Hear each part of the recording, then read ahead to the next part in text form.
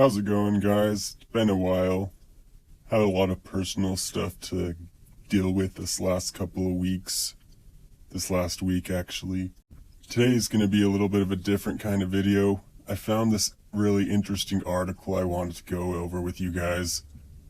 Might be kind of fun. Hopefully it's a little entertaining. The article is called 1,000-Year-Old Remains May Be of a Highly Respected Non-Binary Warrior, Study Finds. Interesting. 1,000-year-old non-binary warrior. How do we know if the warrior is non-binary if the warrior didn't tell us? Well, let's find out. Analysis of ancient DNA found in Finland has unveiled a surprise a century later. The remains of an early medieval warrior thought to be female may have been non-binary. The new findings challenge previous ideas about gender roles and expression and suggest that non-binary people were valued and respected members of their communities, researchers concluded in their study.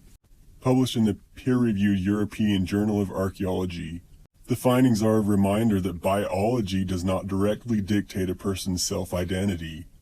The study's lead author and an archaeologist at Finland's University of Turku said, archaeologists discovered the grave in 1968, located in Suntaka, Vesitorinaki, southern Finland. The remains were buried alongside a sword and jewelry such as brooches and found in fragments of woolen clothes, which were a typical feminine costume of the era, the researcher said. But the use of DNA analysis decades later found chromosomes that did not match what's expected for males and females. The researchers, based in Finland and Germany, concluded that the buried person likely had Klinefelter syndrome and was anatomically male. Okay, so the non-binary person has chromosomes that make them non-binary. They didn't just decide they were non-binary like some of the freaks you see at college today. This person actually had some type of medical condition that made them non-binary, something that you could actually see in their DNA. And I know this thing is actually real, but they're trying to spin this article to make it seem like all the people who are saying that they're girls or are saying that they're boys who are actually girls. They're trying to give those guys something to stand on when they're using the example of someone who actually was non-binary because of a genetic defect that they had. They're kind of missing it on this one. Females are typically born with 2 X chromosomes, and males are born with 1 X and 1 Y chromosome. Males born with Klinefelter syndrome are born with 1 extra X chromosome, according to the United Kingdom's National Health Service. So this actually makes sense. This warrior, according to the DNA, was XXY. So yeah, they were actually non-binary. They were a mix of male and female. But I'm not sure why they're trying to say they had a place in society. It feels like they're trying to spin it and make us feel sorry for all the people who discover when they're teenagers that they're not really a girl, or discover that they're not really a boy. It's an interesting take, I have to say. The syndrome affects about 1 in 660 males. Those with Klinefelter may have low levels of testosterone, a smaller doo-doo, undescended deeds, enlarged doobs, and infertility. Many people aren't diagnosed until they are older and test their fertile levels. Others are never diagnosed. In their findings, the researchers noted that the remains were badly damaged and that they only had a small sample to test. But through the use of modeling, they said they found overwhelming evidence that the genetic data of Suntaka individual most closely resembled the XXY karyotype. If their testing was right, then this person was actually XXY.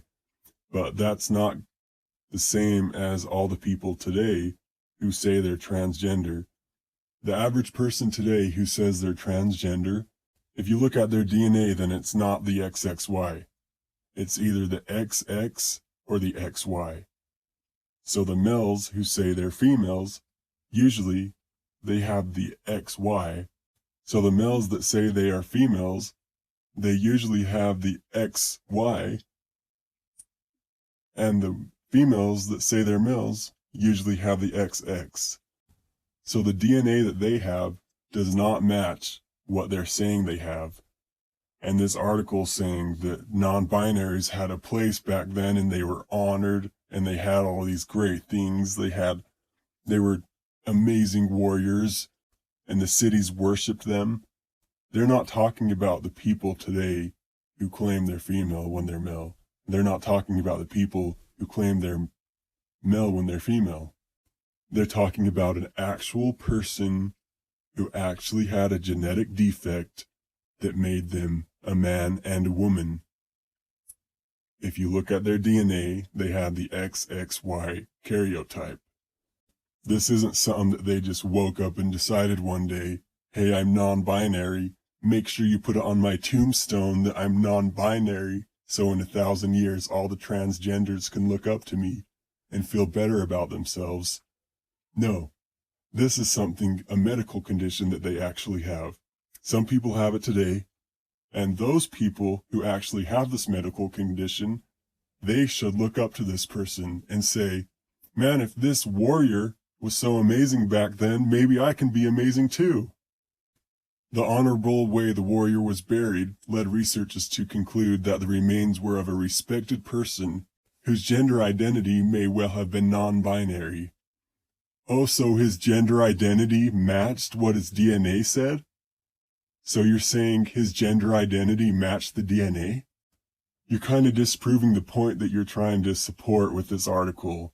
You're saying this warrior had a non-binary gender identity, but the reason they did is because they had a genetic defect that made them non-binary, and it matched their biology. Not because they woke up one day and decided to be non-binary, because their DNA actually said, I am non-binary, I have XXY, I have male reproductive organs and some female reproductive organs. This article's probably trying to reach out to all those people bullied in school because they say they're a girl when they're a boy, or they say they're a boy when they're a girl.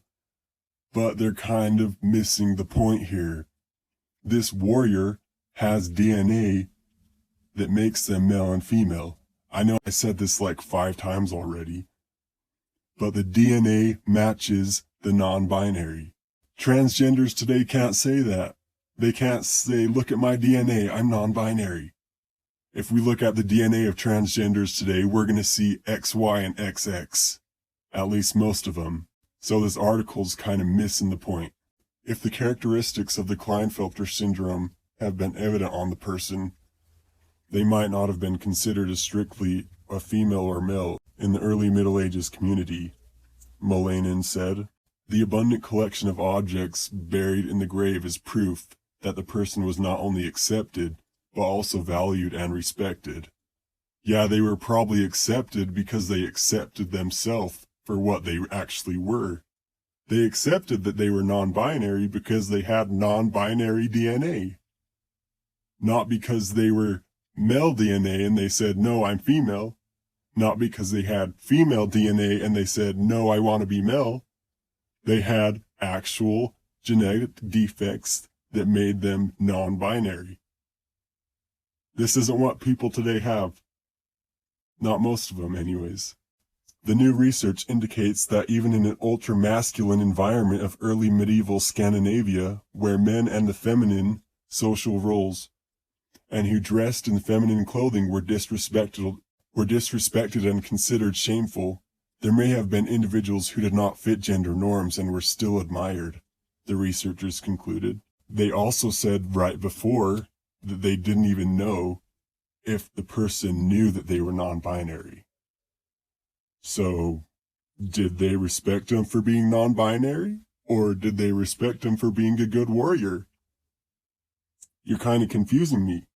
Other archaeologists and historians not involved in these findings told Live Science they found the work exciting, as it calls attention to conversations surrounding gender, bodies, and identity. It is a well-researched study of an interesting burial, said Lisette Gardella, a researcher at the Natural Museum of Denmark. It demonstrates that early medieval societies had very nuanced approaches to and understandings of gender identities. I'm very confused on why they're saying medieval societies understood gender identities more than we do. It kind of seems like they're saying they understood them more than we do. The example they're giving in the article is a non-binary person because they are biologically non-binary, not because they woke up one day and decided that they wanted to be non-binary, because they actually were. So is this researcher Lisette Gardella saying if we understood that our biology actually means something, then we understand more? Is she saying that if you're a male and you understand that you're a male, then you understand better than someone who thinks they're a male when they're actually a female? Is she saying people who think they're female when they're actually not female don't understand? Because the example in this article is someone whose DNA says they are non-binary. This article has nothing to do with the transgender community. Transgenders are people who are born male and decide one day, I think I'm supposed to be female. Or they're born female and they decide one day, I think I'm supposed to be male. It's not people who are actually born with XXY. This has nothing to do with transgenderism and gender identity. The arguments that they're making in this article only support those who agree with the biological standpoint that males are males and females are females. This non-binary warrior was non-binary not by choice. They were born non-binary because they have the XXY DNA. Anyways, guys, that's it for today.